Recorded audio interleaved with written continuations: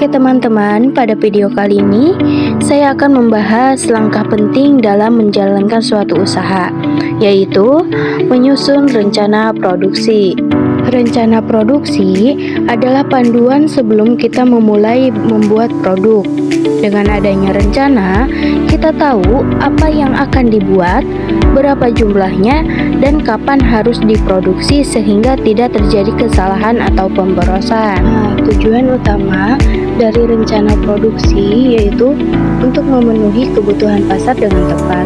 Selain itu juga, rencana produksi juga bertujuan untuk mengoptimalkan penggunaan sumber daya seperti bahan baku, tenaga kerja, dan waktu.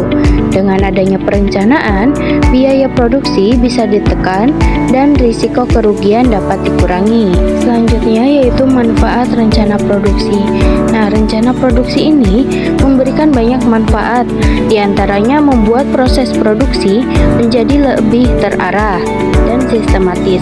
Selain itu juga, rencana ini juga dapat membantu mengurangi pemborosan bahan, mempermudah pengawasan jalannya produksi, serta meningkatkan kualitas produk yang dihasilkan. Selanjutnya yaitu 5 faktor penentu ekosistem produksi.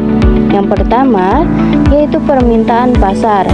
Produksi harus disesuaikan dengan kebutuhan konsumen.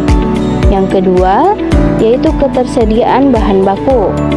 Selain itu, tenaga kerja, modal, dan teknologi juga sangat berpengaruh terhadap kelancaran proses produksi. Selanjutnya yaitu 5 langkah menuju mastery produksi. Dalam penyusunan rencana produksi, terdapat beberapa langkah penting, dimulai dari menentukan jenis produk, kemudian menentukan jumlah produksi, menentukan waktu produksi, menyiapkan bahan baku, dan yang terakhir yaitu menentukan tenaga kerja.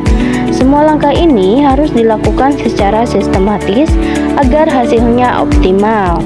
Dalam menentukan jenis produksi, pemilihan jenis produksi harus mempertimbangkan kebutuhan pasar dan peluang keuntungan. Produk yang dipilih sebaiknya memiliki nilai jual dan mudah diproduksi. Dengan begitu, proses produksi bisa berjalan lancar dan produk lebih mudah diterima oleh konsumen. Selanjutnya yaitu menentukan jumlah produksi. Jumlah produksi juga harus disesuaikan dengan permintaan pasar dan kemampuan produksi. Jika produksi terlalu banyak, bisa menyebabkan penumpukan barang. Begitu juga sebaliknya, jika terlalu sedikit, permintaan pasar tidak akan terpenuhi. Selanjutnya, menentukan waktu produksi. Penjadwalan ini penting agar produksi berjalan sesuai dengan target dan produk bisa tersedia tepat waktu di pasaran. Selain itu, waktu produksi juga harus memperhatikan proses distribusinya. Selanjutnya yaitu mobilitas input, material, dan sumber daya manusia. Yang pertama yaitu menyiapkan bahan baku. Nah, bahan baku merupakan komponen utama dalam produksi. Oleh karena itu, perlu dipastikan jenis, jumlah, dan kualitas bahan baku yang akan digunakan agar hasil akhir tetap konsisten. Selanjutnya yaitu menentukan tenaga kerja.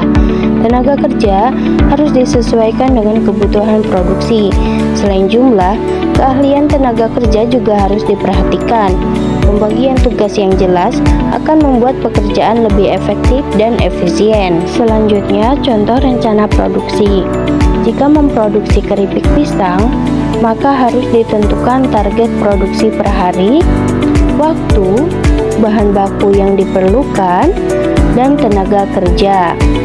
Contoh ini menunjukkan bahwa rencana produksi membantu mempersiapkan segala kebutuhan sebelum produksi dimulai.